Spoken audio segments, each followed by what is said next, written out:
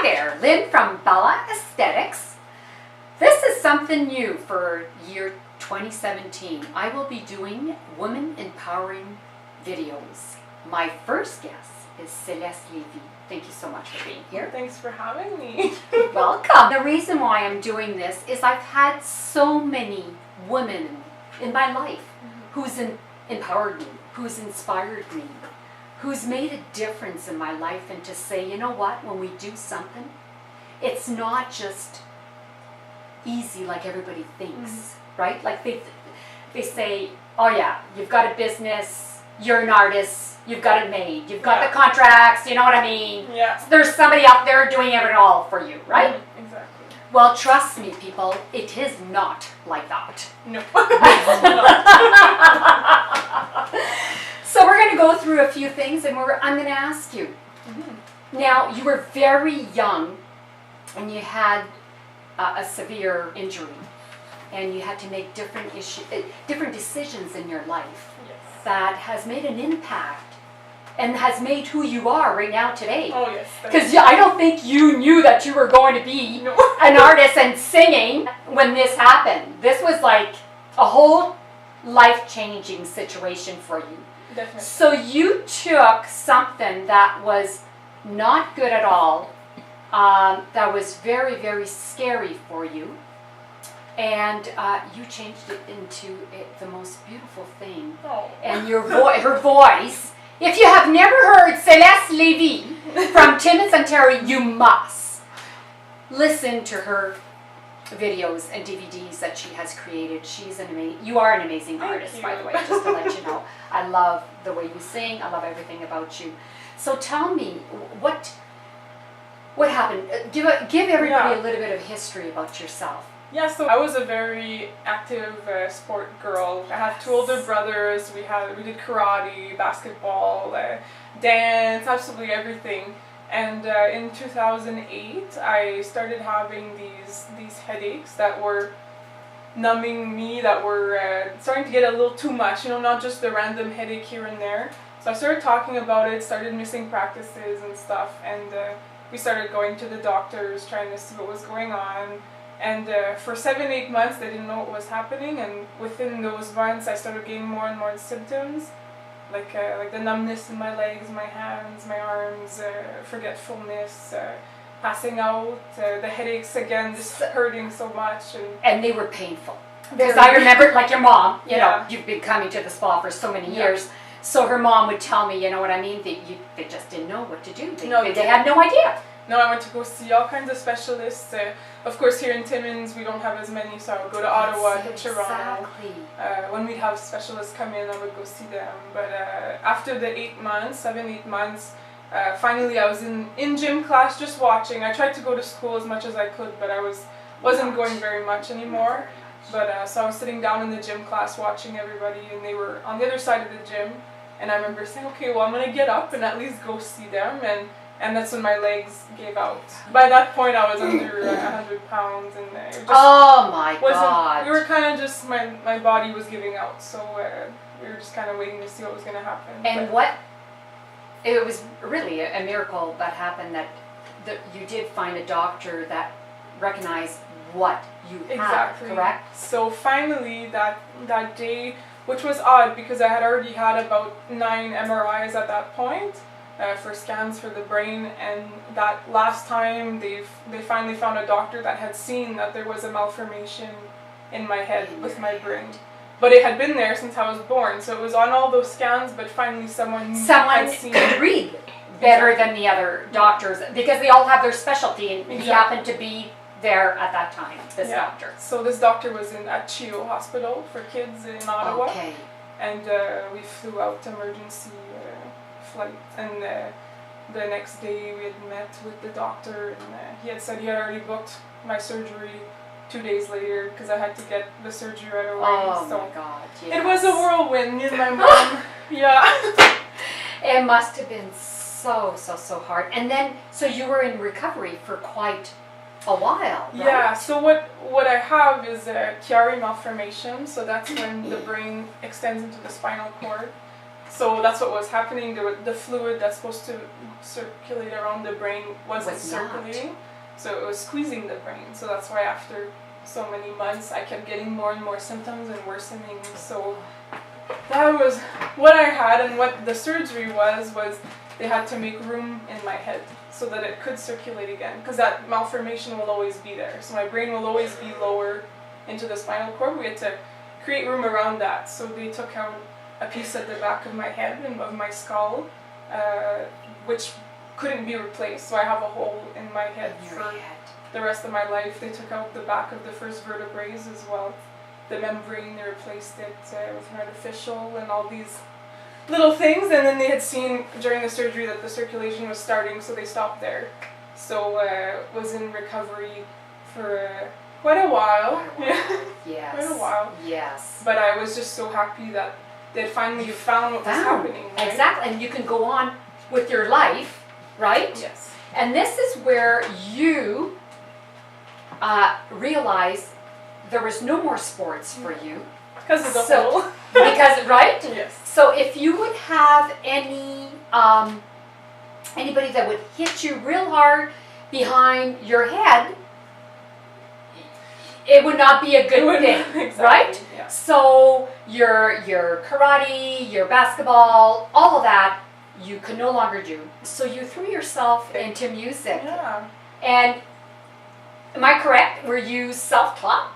I was self-taught. Yeah, my grandfather has a baby grand piano, and I used to listen to him play. And my parents had offered to give me piano lessons, because I did enjoy listening to him, and he'd show me a few things. But I was so much into my sports that I didn't want to put my time in anything else, you know. So, but finally, with this piano, for my birthday, I had gotten a keyboard, because I kept talking about it, and I went on Google, went on YouTube, I'd watch the fingers, and I started playing, and I started writing songs right away as well, so that was nice. So you were very creative, a hidden talent. Yes. That happened because of an injury that gave you a light, a new light, exactly. a new life. Because you just didn't stop there. You said, okay, I can't do all of this. But you found a love, really, and you grew with it. My God, that was in 2009 that you started to play? Yeah, exactly. Self-taught. Now you were then in Ontario High School. Yeah, and after the surgery, yeah. And then took music at school. Yeah, I was in the group for the high school, which helped me a lot. What helped you, and then you decided that, you know what, like Mom and Dad said, this young girl of ours has talent. Yeah. Right? So then you did take some singing and some music. Very little, right? Very little, yeah. I had actually what it was with that high school group, the teachers that were doing the group, she would give lessons, like piano lessons and stuff. So I went to her house a few times, and just to kind of get a background on a little bit more, because I mean you did not know, did you know how to read music? I didn't, not at all. You didn't? No, I learned. Now today you do, right? Yeah. So, in such a short period of time, we're only 17 today, and you've accomplished so much. So you were very dedicated. So tell us what it took to get to where you are today, because I mean, it wasn't all rosy, was it? No, it wasn't. For what was difficult after the surgery was that as I was recovering, I was thinking everything was going to be better, but months later I started having the headaches again and everything. So we went back to the doctors, and they said that they couldn't figure out why I was still having problems, and they said that the nerves were probably damaged because it took so long to figure it out. So it's been almost 8 years now, and I still do have many symptoms, but it's becoming a daily thing all the time, so I'm used to it. You learn how to deal with them. Definitely, and that's what's hard, because it's something that you don't see necessarily when you look at me, but... No, because you look, I mean, you're so lovely, you look so, really, right? So you that, look healthy, but yet inside, it's every minute of the day. But so that's my first challenge. That was very difficult, just to accept the fact that my life will never be like it was. And so, but on the positive side was that I was very, very lucky to be able to find another talent that I had, another talent that I could fully throw myself in and get better and fall in love with. So that was amazing. And the fact that I have parents and brothers and a family that was there for me through all the hard times, but who also encouraged me and who have always been there since 110%. That makes a huge difference, a very big difference. I know your mom, definitely 150% has been your first number one supporter. Your parents have done everything in their power to make sure that this, is what you want and that you're good at it, and why not help you out, right? Exactly. Yeah. So those first music years after high school, of course, I went to Ottawa University for specialized mathematics because I love school, but I was taking the music courses as well at the same time. That's when I started to learn a bit more about the theory of music, and so I was still writing songs. I was doing shows here and there. I was still very involved. I loved it. I had learned the guitar by then as well, self-taught, and writing songs, all kinds of stuff.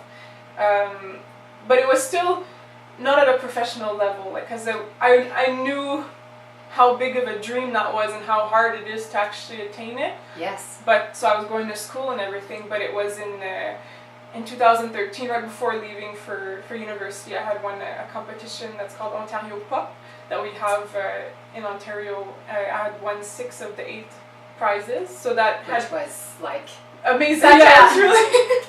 And that's where you probably said, okay, I do have some talent here. That was the turning point, I think, where we said, okay, this can happen. This can happen. Yes. So because of those prizes, I was able. Once I had left for university, there were a few competitions that I was going to do throughout that year. So that's why I was doing both of them at the same time, and those had gone well as well. But again, I didn't have that point where I said, okay, this is going to be my career.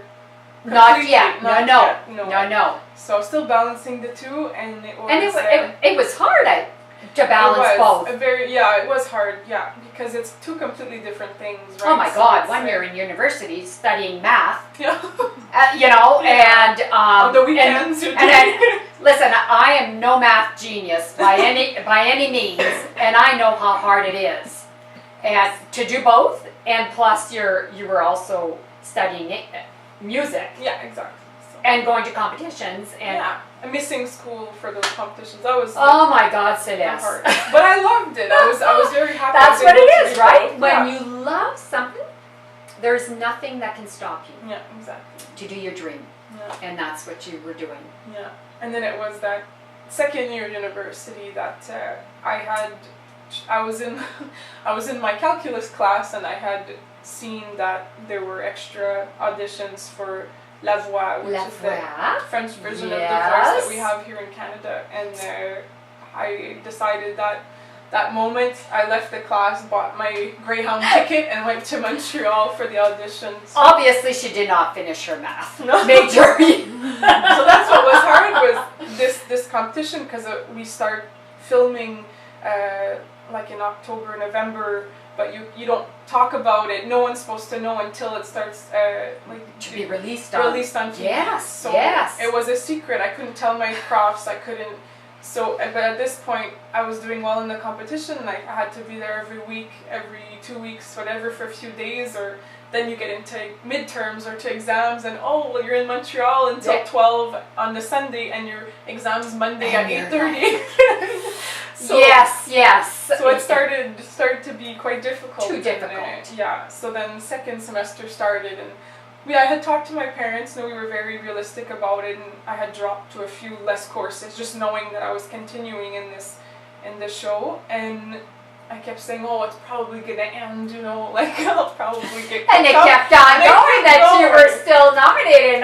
Yeah. Kept going. So that was, but then once we once we realized that, and seeing the following that I was getting and the reactions and the professionals that were interested in me and all this stuff, that's when we talked it out and we said, okay, this is your chance. For real this time. Yes. Yes. So, and again, when talking about that first year university where I said it was hard to do both, well, now it was really almost impossible to do the two of them because my courses were very, very difficult. You had to be there, but I couldn't be there physically. No, you couldn't. So I made a choice to go with music 100%.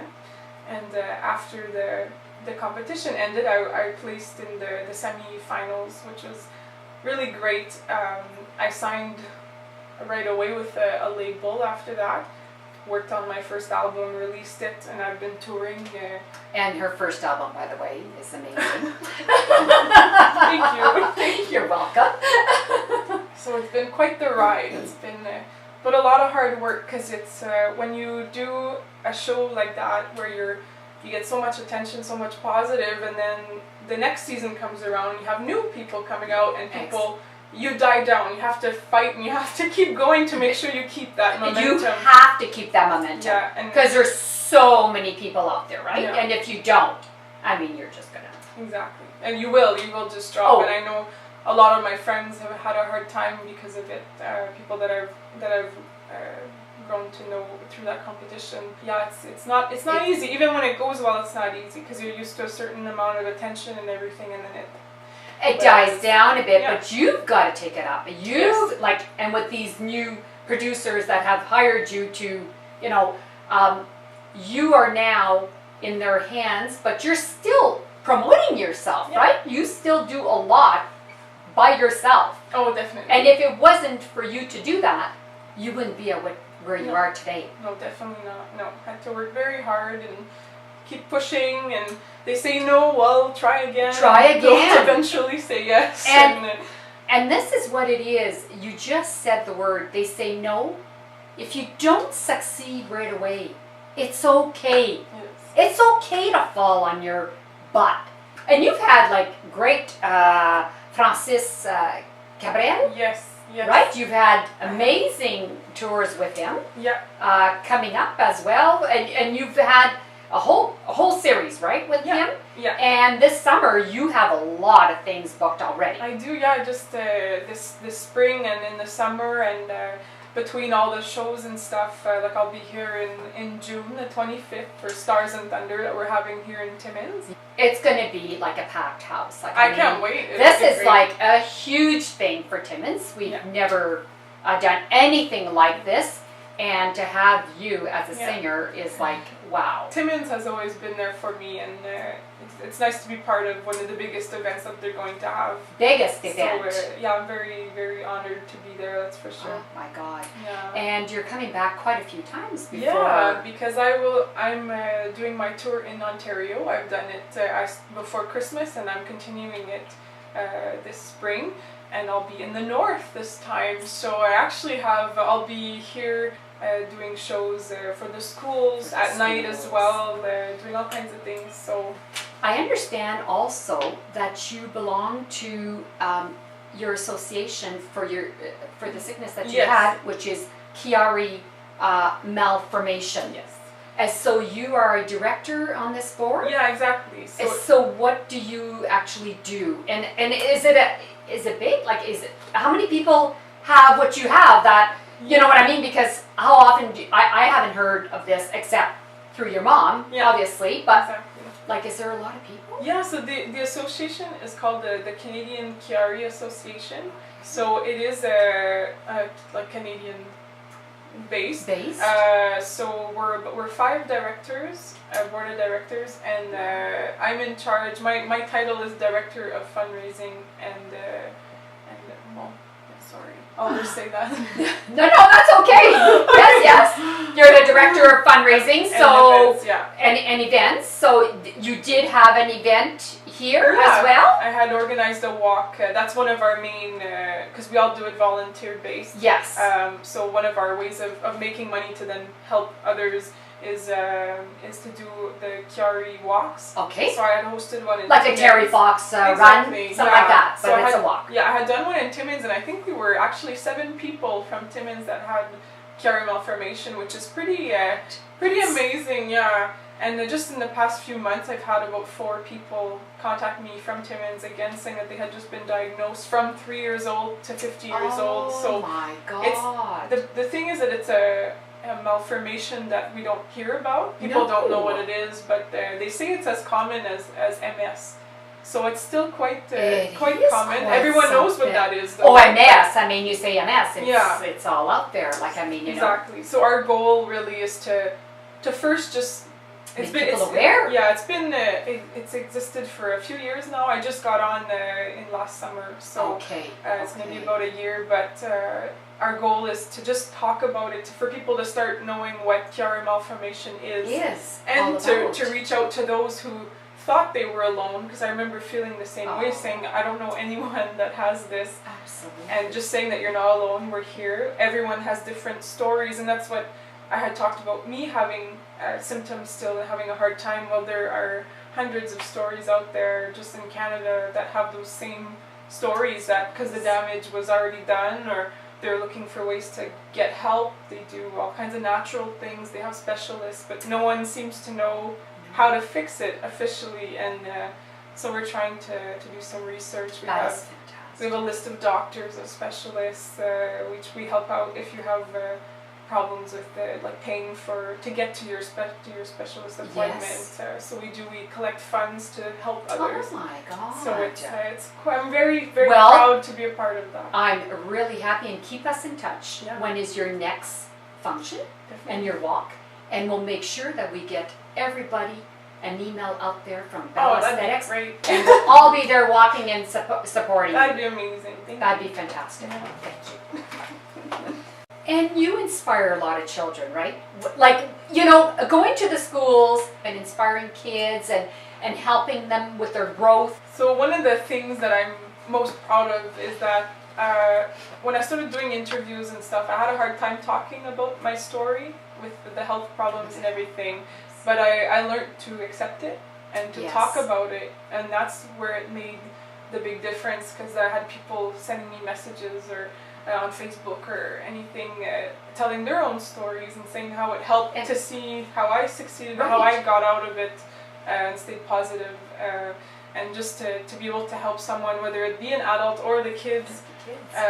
It's very, very nice. And I tried to talk about it quickly. You don't want to go too long during your show, but I did talk about it during my show, and it's good with young kids as well. Just even talking about la francophonie, about the French in small communities, or just not being afraid to be who you are and what you love, and whether you have a dream of becoming a rock star or a veterinarian or anything. Anything is possible. It's very possible. You have to dream first. Mm-hmm. Yes. You have to. If you have no dreams in life, you have nothing. Yeah. You start with a dream, and then you make it a goal. And to have that goal, you have to work hard. Exactly. And you cannot give up. Never. You have to go after those dreams and make them a reality. And that's what you did. Yeah, I'm proud of it. I'm proud of my story. It's who I am. It's who I became. And to be able to share that with whoever wants to listen is really great. And all those young women that you reach out there, it's just an incredible thing, Céleste. Thank you.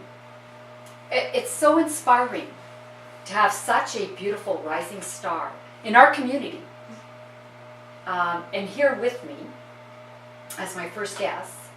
And I love it, and I wish you all the best in the world. And I know that we're going to be hearing so much of you, because you put your heart and soul into it. And by doing that, you're going to succeed. Even if you have a hard little bump, the road is never straight. Never. And by looking positive and feeling and thinking it, and you take care of your health. You have an amazing family behind you, and there's only the best that will happen to you because you can feel it, you can see it, and you glow. You are the star because you are a rising star. And thank you so much thank you. for joining me. I love it. It's like such an honor to have you here as my first guest. Thank you. Thank you so much. Oh. Oh, je t'aime moi aussi. So thank you very much for listening to us, Céleste, and myself, Lindell Geddes, from Bella Esthetics and Spa. And this is a new little thing, woman empowering. Thank you for listening.